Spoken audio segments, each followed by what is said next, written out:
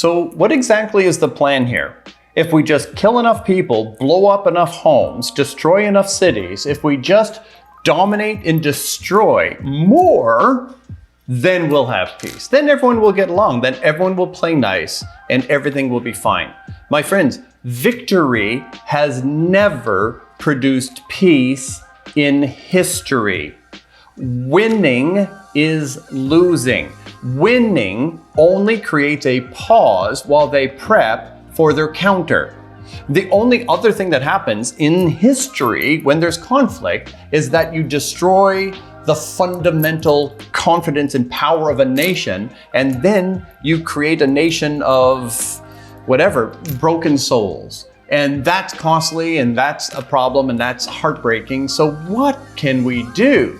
Right now, you've got everyone wanting to battle everyone. You got the left against the right, the far left against the far right, the extreme left against the all right. You've got the LGBTQ versus I'm not sure who. You've got the trans movement against everyone who doesn't agree and comply. We've got Russia versus Ukraine. We've got Israel versus Palestine.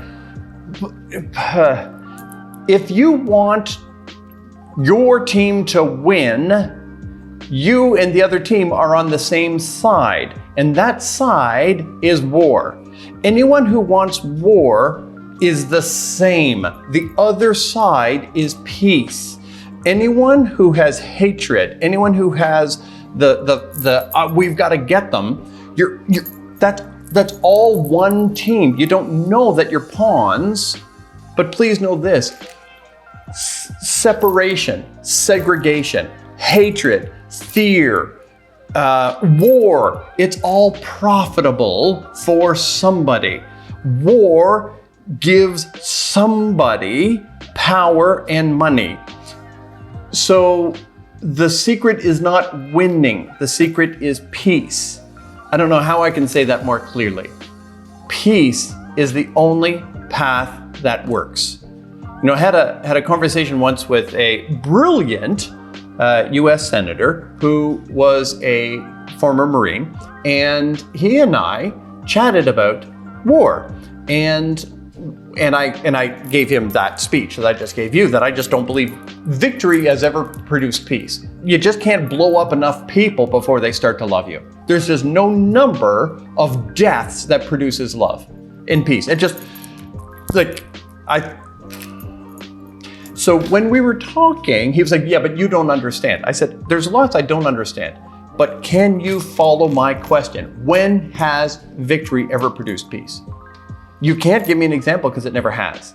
So then he was talking about at that time terrorists, and I said, well, what do terrorists use? What are their weapons? And we came to terms with the fact that their weapons is humanity, right? So if you recruit enough kids and say, look, those evil people, we've got to get them, those kids will participate. But if you just blanketed the earth with toys and food and everything happy and said, we want peace, we love you, please, let's have peace. You may not change the minds of the people who really want to cause trouble, but you will take away their ammunition, right? People say, well, I don't want to blow up the people who gave me the nice dolls and fed my family and built my house and did all these nice things. Anyone who's doing good for us, we don't want to participate in destroying. You'll take away the negative energy. You might say, James, you're such a simpleton. You don't understand complex politics. You're right. Not about the simpleton part, but I don't understand complex politics, but I do understand that more destruction does not produce peace. Feel free to comment and give me an example where blowing stuff up and killing people and robbing people of their loved ones in their homes ever made them love you and have a great relationship moving forward. I'm sorry, you're not going to find that. So then the question is, how do you and I participate in peace, right? Had a great conversation, heartbreaking conversation. I was part of a Bible study, a Christian Bible study, and I was at a friend's home and they were leading it, and then they said, let's all go into groups, and the participants were teenagers. So I was asked to sit with this small group of teenagers as they thought through the pacifist philosophy, right? Peace.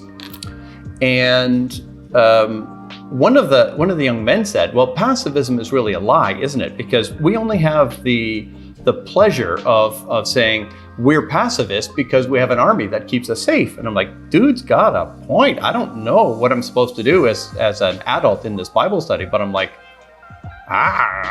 kid's got a point, right? Right, sitting here in our cushy lives that are protected by soldiers, saying we're pacifists. Well, you can afford to be, right? So I thought, oh, this is tricky. I don't know how to think this through. I'm not educated enough, or I haven't battled it. And then this young lady, she says, well, we do these mission trips where we bring food and clothing and medical supplies, and we help people out around the world. She says, isn't that how we're producing peace? And I went, little sister, you got it. She spanked all of us. And she was so sweet. She wasn't trying to impress. She was just like, doesn't that produce peace? And it's like, yes, pacifism isn't passive. If you truly want peace, you must take an active role in bridging gaps, in making friends, in listening to people. And frankly, I'm on the side, hate me if you will, I love you. I'm on the side of Elon Musk's attempt. Is he perfect? No, he's human just like you and I. I'm all for the idea of free speech, because free speech isn't real unless you allow someone to say what you hate. If you can't allow someone to say what you hate, you don't believe in free speech. That's what free speech is. Like, I can disagree with someone entirely with every fiber of my being, but every fiber of my being still wants them to have the right to think and communicate. And only by allowing people to disagree can we begin to find agreement. We must communicate to open up the conversation. And if you're sitting there saying, I'm wrong, I'm like, yeah, you too, we're all wrong, but in dialogue we can get better. You know, when someone said, don't talk about religion or politics or money or sex, don't talk about religion, don't talk about politics, don't talk about money, don't talk about sex. Well, what they did is they destined us for a lot of trouble in all four categories. Where's the world, having challenges? Ooh, what we haven't talked about. Religion, politics, money, and sex. And we want more of all of them. Maybe not politics. You get the idea. We must dialogue. And to dialogue, it requires respect for those who disagree. The last thing I'm going to say is this. I hope you don't mind. I'm just coming from the heart here, right? I think this is really important. Lastly, I want to say that we not only is it essential that we find a way to dialogue, not only will we learn and grow through the dialogue, but this is the only path to our own personal growth, right? Like, it's not I'm willing to give in. No, it's I'm willing to learn. See, the only way I learn is by getting corrected, by someone saying, you're full of crap. And I'm going to go, maybe. If someone says, James, you're a complete asshole, I have to say, well, sometimes, but I don't think it's complete, right? Like, there are times, sure. And if I've been one to you, please tell me so I can apologize and get it right. None of us are all perfect. None of us are all bad, but we can learn through the dialogue. We can grow through the dialogue. And then, by the way, this is how we have our breakthroughs. This is how we have the breakthrough to understanding. This is how we have miraculous breakthroughs of now we have a solution no one would have thought of. We're all right and we're all wrong, but trying to win against somebody is a problem. And then the last thing is, I think we would benefit from separating sin from sinner. Now, what I mean by that is you can hate somebody's behavior, but hating the person isn't helpful.